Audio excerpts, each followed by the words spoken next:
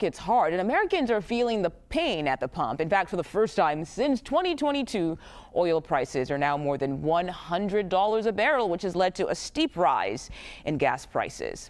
Let's bring in Noam Raydan. She's a senior fellow at the Washington Institute, writing on energy and maritime risks in the Middle East. Noam, thank you so much for your time today. Can you talk to us more about what you're tracking, because you're tracking maritime attacks in the region? Take us through what that means. Hi there, and thank you very much for inviting me. What I do is I track maritime risks in the region, specifically in choke points that are critical for global trade, specifically oil and gas. What you see on your screen right now is a map we created at the Washington Institute for Near East Policy.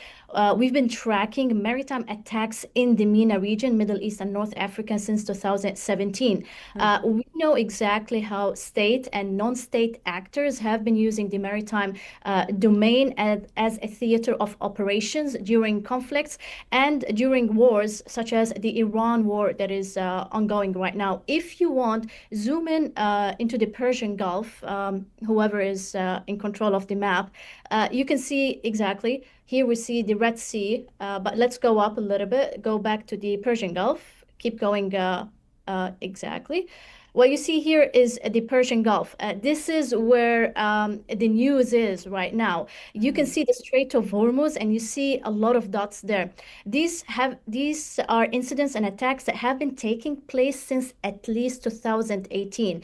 Iran has been using the maritime domain in order to harass commercial ships. We saw them carrying out attacks between 2018 and the following years. So Iran has been using the maritime domain to retaliate against the United States and adversaries. They also used the maritime domain in order to go after Israel-linked ships in the past years. What they are doing right now is, once again, something not new, but they are taking it to a higher level. They have managed to effectively cause a stall in traffic through the Strait of Hormuz, which is among the world's most critical choke points. What we're seeing right now is the following.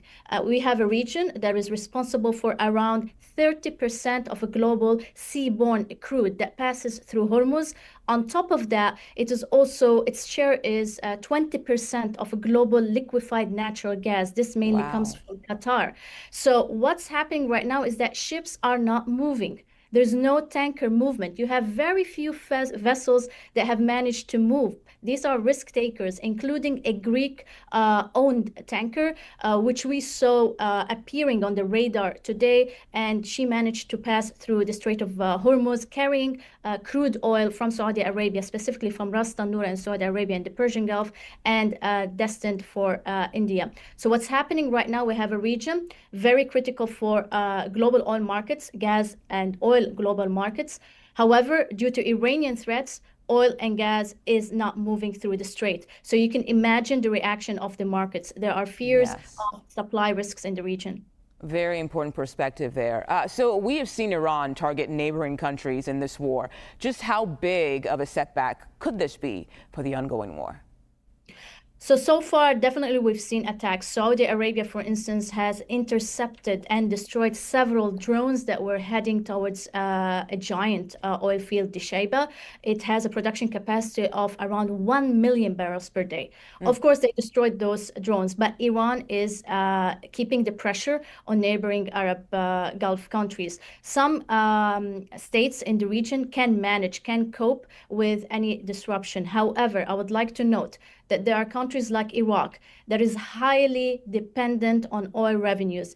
If they have a disruption of 1 week, meaning 1 week no oil exports, their economy will struggle to cope. Iraq is heavily dependent on oil exports. 90% of its budget comes from oil revenues. So you have countries that will struggle, other countries that will be able to cope with any longer disruption in oil exports. Okay, Noam Raydan, thank you so much for your insights today. We learned a lot. I feel like I did. Thank you. We appreciate it.